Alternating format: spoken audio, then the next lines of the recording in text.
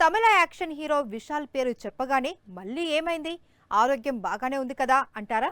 అయితే ఈసారి అలాంటిదేం లేకపోయినా విశాల్ మాత్రం పెళ్లికి రెడీ అవుతూ ఉన్నాడని కోలీవుడ్ వర్గాలు చెప్తున్నాయి.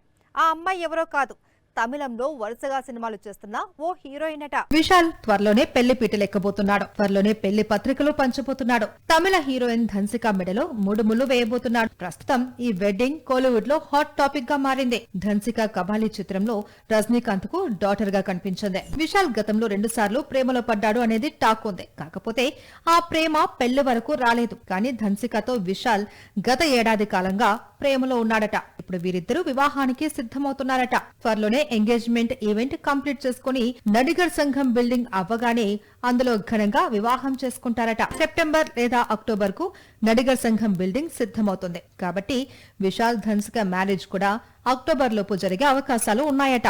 ఇటీవల ఒక కార్యక్రమంలో విశాల్ కళ్ళు తిరిగి పడిపోయినప్పుడు హాస్పిటల్లో ధన్సిక అన్ని దగ్గరుండి చూసుకుందట. మొత్తంగా 47 ఏళ్ల విశాల్ ఇప్పుడు వెడ్డింగ్ కు రెడీ అవుతున్నాడు. లాస్ట్ ఇయర్ రత్నం రిలీజ్ తర్వాత విశాల్ త్వరలో డిటెక్టివ్ సీక్వెల్ తో తిరిగి రాబోతున్నాడు. ఈ సీక్వెల్ ను స్వయంగా విశాల్ డైరెక్ట్ చేయడం విశేషం.